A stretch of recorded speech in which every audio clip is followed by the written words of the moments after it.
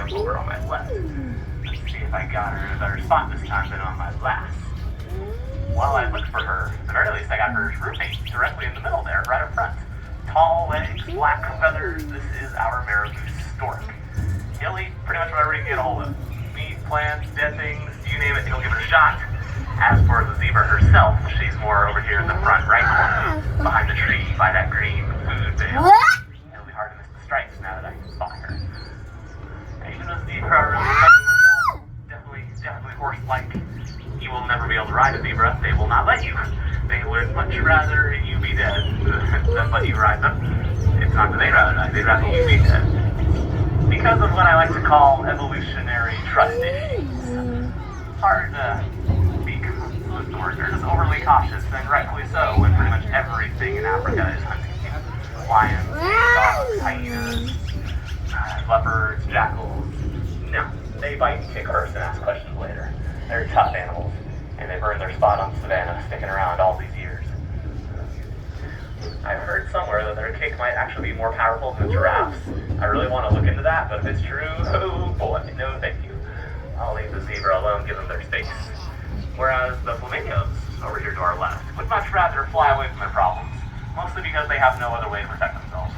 Their kick isn't nearly as strong as anything I just talked about. They have no talent. Their beak isn't that sharp. They stay in large groups together. That way there's so many eyeballs keeping to look out for predators. When something's spotted, they can fly away to safety. Especially if there are chicks around, like the two hanging out over here to the right of the habitat, one walking around, the other laying on the ground, just now hopping up. It almost blended in with the ducks for a moment. These guys are only a few months old, but give it a few more months, and they'll be half the size of their parents. Within a year, they'll be full-size adults, minus the pink color. That doesn't come until 2 or 3 years later. Slowing up because it's maybe the best view of the lemurs I've had today. Over here to my right, they're on that island in the very center, and they got their red fur coat and long, fuzzy black tails. You might have even heard them already today. They were the ones that sounded like there were 10 angry, shouting lemurs at each other, like there was a fight going on. But really, there's 30 of them, and they are, when they were shouting, they were probably in the exact same positions they are now. They can be hanging out, laying on their backs, talking about the weather, and it feels like there's a full-on fight club brawl going on over there. When you sound like that, it makes predators think twice about coming close to you. Although I think their native predator, the Busa, lives with them on Madagascar, may have already figured out their little trick there. So they like to hang out the trees for safety. Busa aren't that good climbers. Nowhere near safe tiger, for example, or leopard level, I guess would be a better example. They don't have leopards yet. Well, they do have a lion, and if you guys took a left over there, that would be where to find him. Him, some cheetahs, 2 out of our 3 rhinos, and the biggest monkeys we have when it comes to the mandrill and the baboon. You'll know the mandrill pretty easily. They have extremely colorful faces. And of course the baboon with the giant red backside. I said backside, not butt.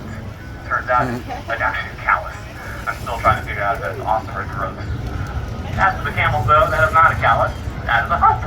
And inside that hump, they carry fat, not water, fat. That's because fat they can turn into water or food, depending on what they need. Like an emergency food and water supply down there. They can hold up to 70 pounds worth of fat. It's a kind of a unintended benefit that makes for a pretty good built-in life jacket, too. I forget sometimes that the Middle East and Egypt are right around that Indian Ocean area, and sometimes there are islands beyond the waterline and full of grass to eat. So the camels will swim out there and go and get that food that nothing else will touch. Well, what do you know? There's a lemur shouting. Barber now, but hey, this is the noise I was talking about. What good timing too for entering the Tropics Trail right now, the rainforest area of the zoo. If it's your first time here, you can really imagine the zoo kind of laid out like a giant Venn diagram. That giant Africa circle and the giant Tropics circle, which is what we're in right now. All about rainforest creatures from here on out. Let's see what I can find. Give me just a moment. The main wolves can be pretty tricky. They do live over here to the left, but I haven't been smelling too skunky today, both good and bad. That way I can at least talk about the smell for you. There's a lot of shade over here in the front right, and they have beat me today, at least on this round. So instead I'm going to have you guys focus over here to our right as we drive by Monkey Village. exhibit, you can always look at them from the front, but as you can see, there's a few people inside the exhibit. You can't walk in here. You try to look for our tiny common squirrel monkeys. I do mean tiny. The adults, like the big guys, the Arnold Schwarzeneggers of the group, are a whopping 2 pounds. Not very heavy at all. Their babies are small, and you'll know them when you see them, but they're big by monkey standards.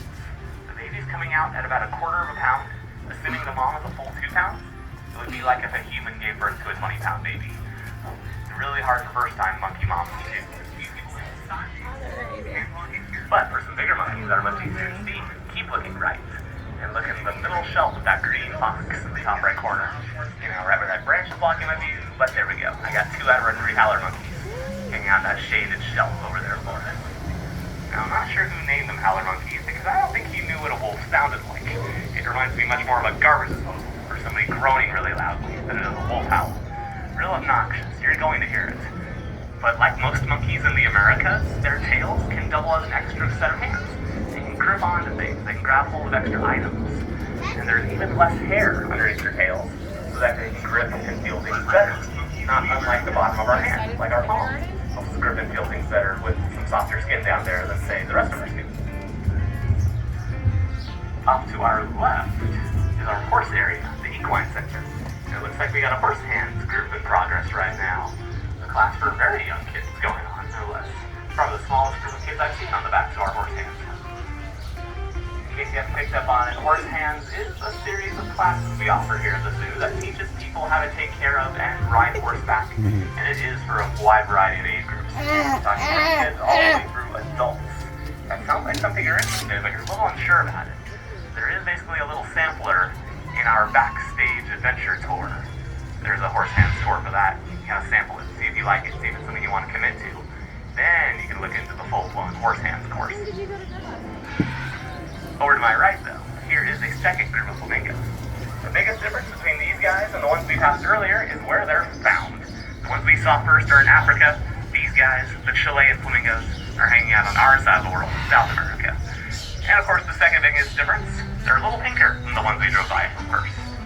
That's the only reason that has happened is because they are a different type of flamingo. All flamingos are going to hatch out of their egg gray. Within 2 or 3 years, they turn pink. But how pink they turn will depend on the type of flamingo they are. The Chileans, they just happen to be a little more vibrant than the graders we drove by earlier. The graders were just paler by nature. One idea of why they're paler is because it can get pretty hot where they live, so a pale pink is better than a deep pink. Kind of like wearing a black shirt on a hot summer day as opposed to a white shirt. That's one of the leading ideas, and nothing confirmed yet. Over to my right, we are driving by the forest of Uco, where in the very center of the circle is where we keep our Andean bear at. And I do mean circle. Sure, the zoo may be a Venn diagram, but then there's a mini circle. It starts and ends right here at this fountain. Again, the bear lives in the middle of the circle, but he has a bunch of neighbors, anything from Toko toucans to boa constrictors. Oh, even a freshwater tank with a stingray in it. Not all stingrays live in saltwater. There's a few freshwater ones swimming around in rivers, the Amazon being big enough to hold one such. One of the many reasons swimming in the Amazon is not on my bucket list. The Calopsia parasites, some of the other crazy critters in there like piranhas, I'm good. I'll watch it, I'll look at it. As the Mississippi, sure is still out now. Figure it out. Nile, maybe not. Too many crocs out there. We'll figure it out. Last week earlier, but it looks like the golden conures have turned in. Makes sense. It's getting later in the day, sun's getting warmer, so a lot of animals will just naturally start to bed down once you hit midday, excluding, to my happiness, the Chicoan peccary over here to my left, also known as tagua. They basically are the bigger, fluffier version of our javelina, and they only live in South America, whereas javelina live in South America all the way into Arizona. They just had some young recently as well. But they're going to grow just as fast as the flamingo chicks, so get over there and take a look at them before they grow up. Once you pass the Chicoan peccary, swing your heads to the right again, because this is not a flamingo. But they do partake in the flamingo diet, lots of shrimp and algae, and therefore they opted for more of a red-orange color. They skip right over pink and swim with that one. I do like that shade, I love how vibrant it is, but my top 5 favorite animals, one of them is over here to the left, and they're not colorful at all.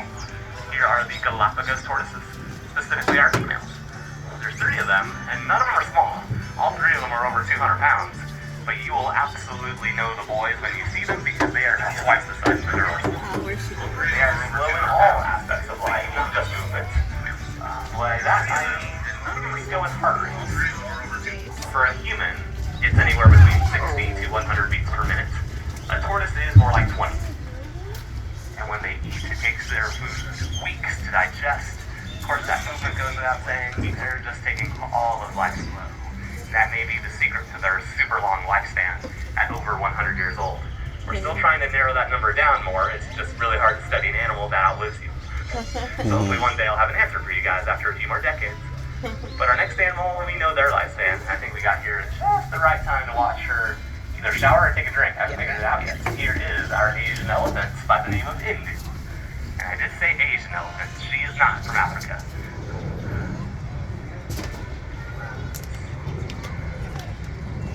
There we go. Now it's more of a shower. I think when I first noticed her, she was trying to collect some in her trunk.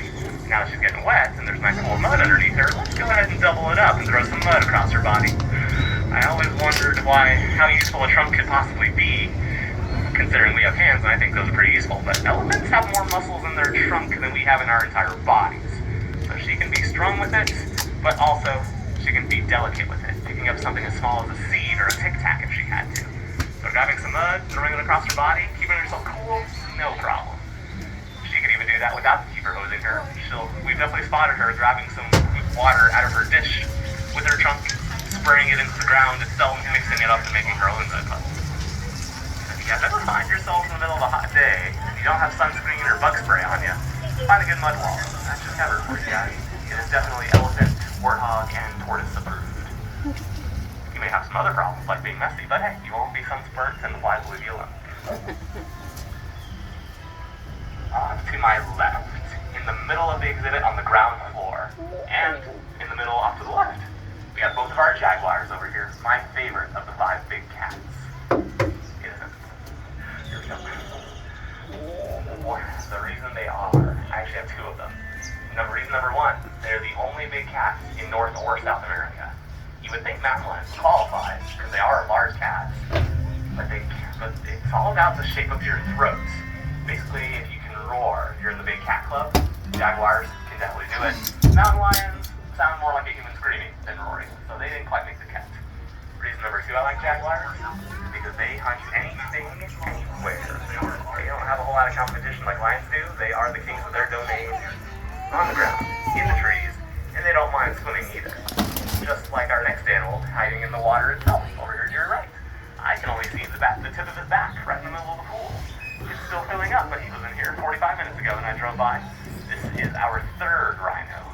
I hope I said 2 out of our 3 rhinos were on the Africa Trail. Just like our elephant, this guy lives in Asia, not Africa. He's walking around in tiger country, not lion country. And because of that, he likes the water more. Like the Indian rhinoceros, just for whatever reason, happen to be in the water a lot more than their African cousins. Much like the flamingo color argument, there's no reason why officially. But if you ask me, a good reason I would prefer to be in the water in Asia than in Africa, because there's no hippos in Asia. If you know this, you know this. Hippos are scary. So you don't want to be in the same watering hole as them, even if you're a 5,000-pound rhino. Now, an 8,000-pound elephant, get out of your way. Nothing's going to stop you, but it also doesn't help that rhinos have terrible eyesight. They can see maybe 12 feet in front of them. So say a group of birds flew in front of our rhino's face, it's going to freak him out. He relies much more on his sense of hearing and smell to be aware for this habitat.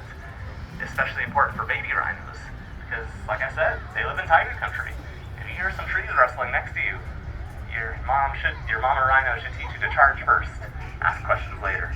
Not a whole lot's going to stop a 5,000-pound rhino running at 30 miles an hour. That's right, rhinos are faster than you are. Don't tempt fate there. They're going to catch you. There's that big white brick in this display case over here to my right, and it is an elephant tooth. If you don't believe me, look inside that replica skull. You'll see 2 big teeth on top and 2 big teeth on bottom. But unlike humans, elephants don't get just 2 sets of teeth. They get their baby teeth, their adult teeth, and then 4 more sets of teeth throughout their lives. They need all those replacements because eating plants really wears down your teeth. It's a rough food item. They need those backups to help them continue to get all the nutrients they need. Whereas as long as we take care of our teeth, it doesn't do too bad against them. Although Indu was pretty funny because one of her teeth was coming in and her old tooth was not falling out. She had one heck of a toothache. The keepers made a plan to help her, but they never needed to use it because Indu just used her trunk to grab a stick and pop the whole tooth out herself. If you hear people talking about elephant intelligence, they are not joking around. They are stupidly smart. Because something that big, being that smart, You gotta respect it. You gotta watch yourself. I mentioned Tiger a couple of times, and if you look at that big wooden platform in the middle, look directly below it, and she's right there. I almost missed her because all I could see was her white underbelly. She really blended in with the wood there. For anybody who wondered how orange and black was supposed to hide you from anything, here's your answer. It almost worked. And almost maybe just enough time for them to catch you before you realize they're right on top of you. Say you guys are at a trivia night and the question comes up, what is the biggest of the big cats? And you're debating between lion and tiger. The answer is tiger. Lions are close, but nah, tigers definitely take the cake there. But they're still cats. It seems obvious when I say it that way. I mean it when it comes to their physical abilities. Like say you have a pet cat or you know somebody who owns a cat and you can watch them jump from the ground to the kitchen counter like it's no problem. Multiply that skill by tigers. You're insane what these guys can do physically. You go straight instead of drifting to the left like I am. You got some other animals you've definitely heard of before. For example, this building off to the right of the cruiser, right in the middle there, just past the window, you can see our Komodo dragon soaking in the sun. Biggest lizard on Earth. And further down the same road is where we keep our orangutans at. I keep forgetting that these guys live on the other side of the world, and therefore there are things I've never seen before on that side of the world. In the case of the orangutan, different fruits. Orangutans have so many different fruits in their diet, including a little something called durian. The keepers were nice and let me try it one day. Or maybe they're being not nice. Because to me, durian smells and tastes way too much like sunscreen. I did not care for that. Definitely doesn't help that I'm not a fruit guy to begin with. But hey, the orangutans love it, so they can have it all. They can take it all away from me. I don't want it. Jackfruit, I'm gonna have to share with them. That's not too bad. Another animal that might partake in our shared fruit feast is over your right shoulder on that first island here in the main lake. I see both of them. One on the white platform, directly underneath the tarp, and his sister directly underneath him. This is a smaller type of ape called a buff cheek gibbon. That's buff with an F. Because these guys are not monkeys. The whole reason I know that, even though they're small, is because they don't have a tail. That's the easiest way for you guys to tell the difference between a monkey and an ape. I always thought those words were interchangeable until I started working here, and now it makes total sense. If you remember nothing else today, try that, because I promise you, if you're at orangutan today and a keeper overhears you calling them apes, you made them very happy. It's the little things that get our joy, what can I say? And frankly, orangutan's not a bad place to rest if you guys are in it for the long haul today and you're feeling hot. Cool. There is kind of an indoor section where you can rest up, get your strength back. We're not in the dog days of summer yet, heat-wise, but I don't want anybody to get surprised. Heat exhaustion is not fun. So another idea might be those black cats you just drove by. Alright, once I come to a stop, you guys are going to be good to go. We made it. Good job. But do me a favor, while I'm pulling in, take a look around your seats. Make sure we don't leave behind any garbage that the next group has to sit on. And adults especially, check those pockets. Make sure the important things are still in there, like car keys or cell phones. Things you face on yourself if you get to your car and realize you don't have. Please, if you have any questions, I'll be at the front for a little bit. Be it about animals, directions, or if the evacs are going to stay good throughout the rest of the season. We are good to go, guys. Enjoy the rest of your Saturday. Yay, thank you.